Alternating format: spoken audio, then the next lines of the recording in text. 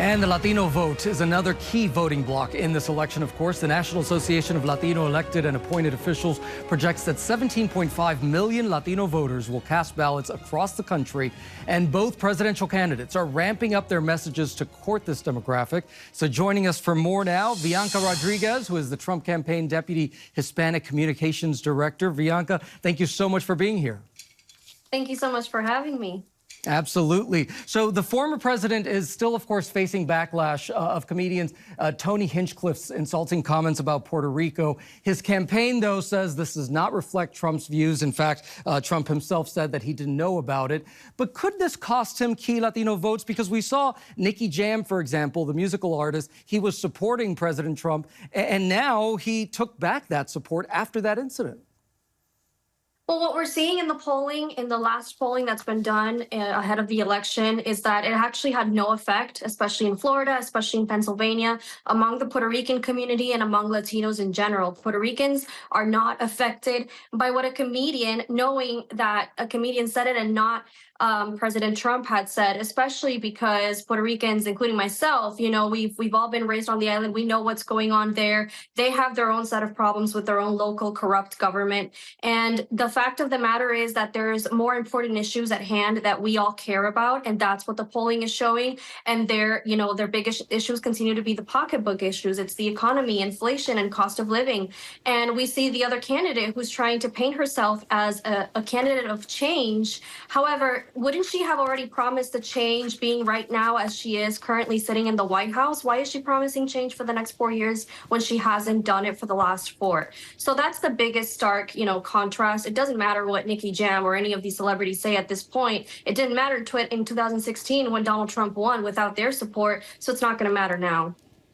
And Vianca, let's move to the topic of abortion, because, of course, this is a top issue in states like Arizona. And let's go ahead and show this number here, because this was a recent poll by Pew Research, and it shows that 62% of Latino registered voters say they have confidence that Harris can make good decisions about abortion policy. 39% say the same about Trump. How confident does the campaign feel about the outcome in states where this issue is really top of mind, especially for women?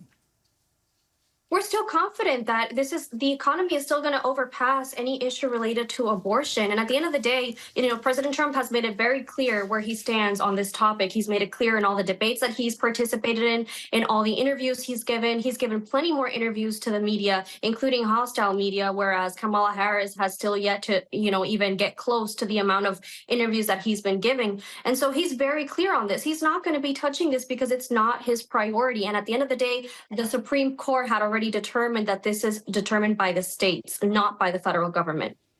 And Vianca, the former president has expressed his hardline stance really on immigration. He's very, very vocal about this at his rallies.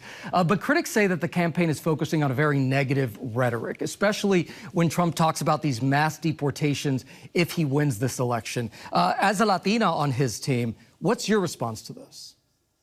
I don't feel identified with this whatsoever. When he's talking about deporting criminals, he's definitely not talking about me. He's definitely not talking about the millions of Hispanic Americans that are proudly American citizens in this country. He's talking about Tren de Aragua gang members. He's talking about MS-13. He's talking about the same people that have been allowed into this country under humanitarian parole by Kamala Harris. And she has done absolutely nothing to get rid of the hundreds of thousands of individuals that are still in this country that have been committing criminals that are out on our streets. We have no idea where they are, and they're not being deported. So that's President Trump's priority, and that's what everyone is actually caring about, including the Hispanic American community. Hispanics are in agreement with deporting, illegal migrants that are committing crimes.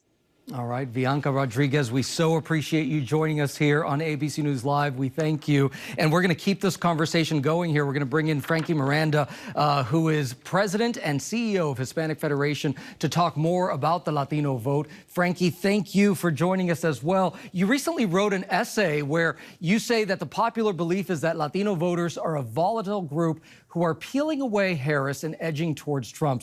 Explain why you say this is far from the truth. Well, this is right now, looking at what it's happening right now in the campaign. I think that Avery earlier in the show did an incredible analysis, basically saying that the rhetoric of hate, racism, misogynism that has been going on in the campaign is not gaining any votes for President Trump, ex-President Trump, but is moving people towards Kamala Harris. We have seen the enthusiasm of American citizens that happen to be Puerto Ricans. In the earlier segment, it was mentioned by Vianca that American citizens are, proudly Puerto Ricans, and they are the ones that have been really offended by the remarks during the Sunday rally. And they understand there's nothing that can mobilize Puerto Ricans more than trying to attempt to make as disposable, describe as disposable our ancestral land. So I disagree with Bianca. It is moving Latinos toward Kamala Harris. And by the way, we are a nonpartisan organization, but we are the leading advocate for Puerto Rico in Washington, D.C., and we're not going to stand with this type of rhetoric. Let's talk about the economy, because how important is it for Harris to really focus on economic policy? That's the leading issue we know for so many voters, including Latino voters, and an issue that Trump continues to poll better on. Absolutely. But at the same time, are we providing specific solutions to our community? Sure.